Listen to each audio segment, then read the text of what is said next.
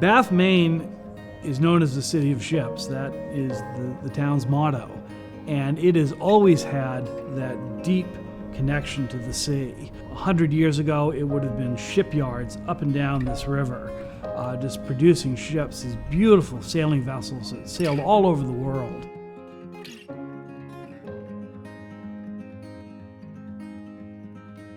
Thanks for coming, folks.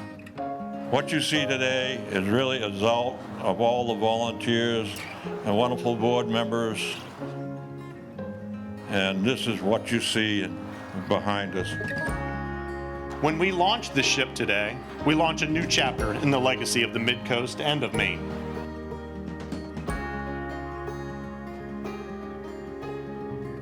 This is a special vessel in that it was a reproduction of the first vessel that was built, first English vessel that was built in North America, really, and the beginning of shipbuilding on the Kennebec.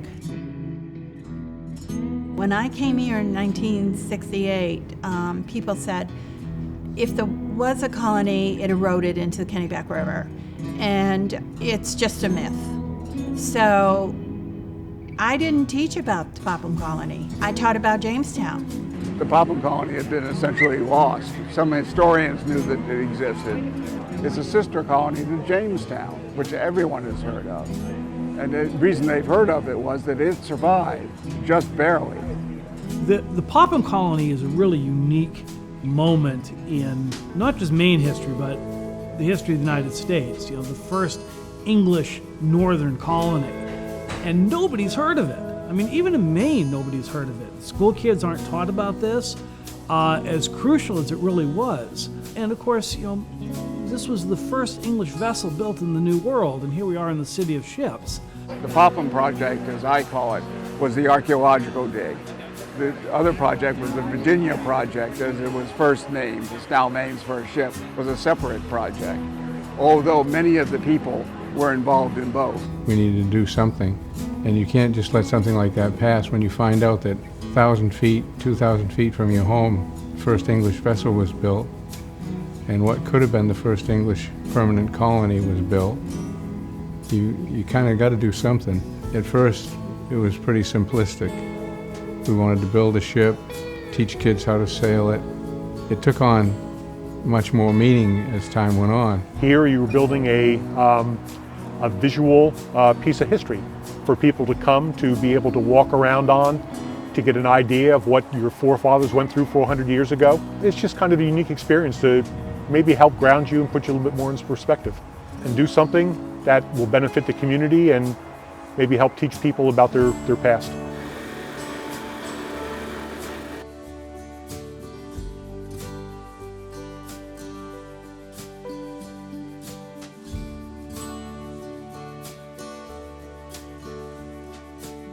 This ship was built by volunteers.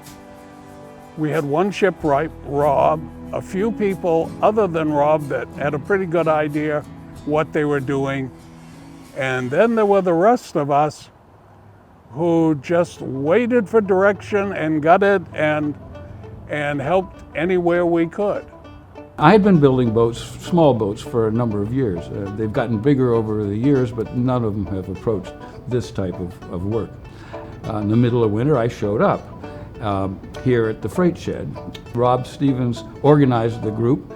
He said, "All right, let's get going here." And he looked around at everybody, and he says, "We got anybody new here, or did somebody shave?"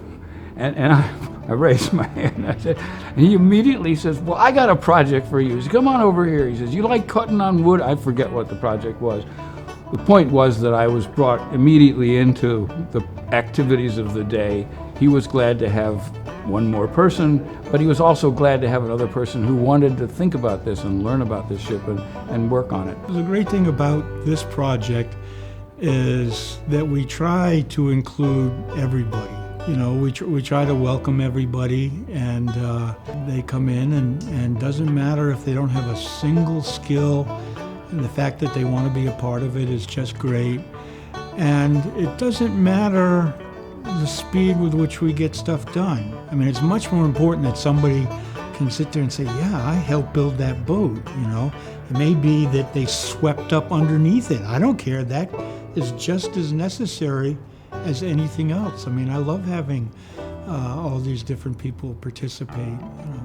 Education is really one of the crucial components of any kind of sailing ship program such as this. I mean, that really is what we're all about, is education. You know, people love to see the ship and it's fun to sail it around, but ultimately we're about teaching on many different levels. Away, haul away, the good ship now is rolling, come back, way, haul away, we'll haul Any away. opportunity like this for students to use their hands and do something that they feel proud of.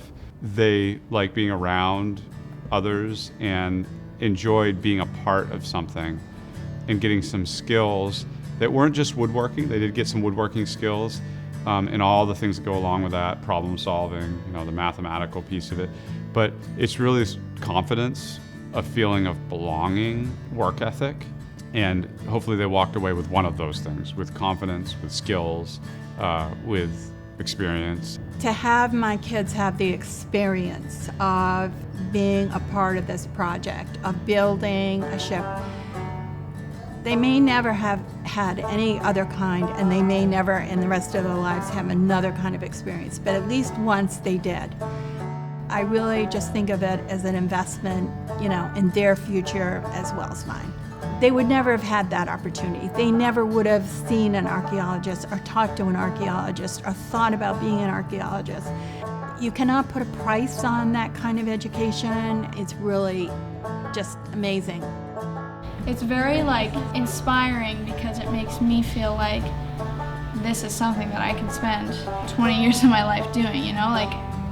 We kept coming back to continue to learn, and I'm sad that it's ending, you know? I want to keep coming back. There was so much pride for every one of us. And watching it go into the river and then be towed down to the dock, and it was just the most glorious day.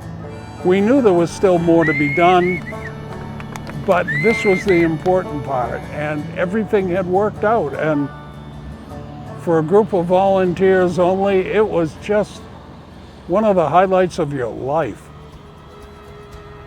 Great, great day.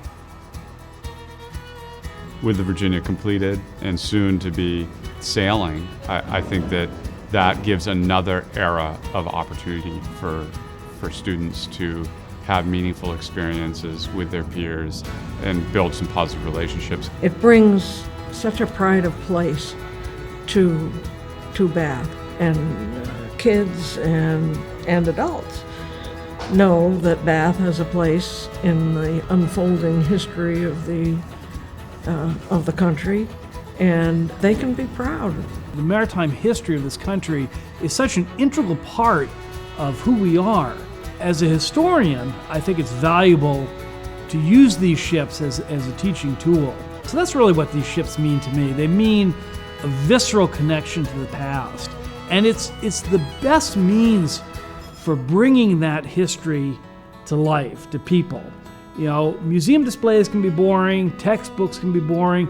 Everybody loves to see a sailing ship, and we hope to see it become something that will always be a source of pride for people in Bath.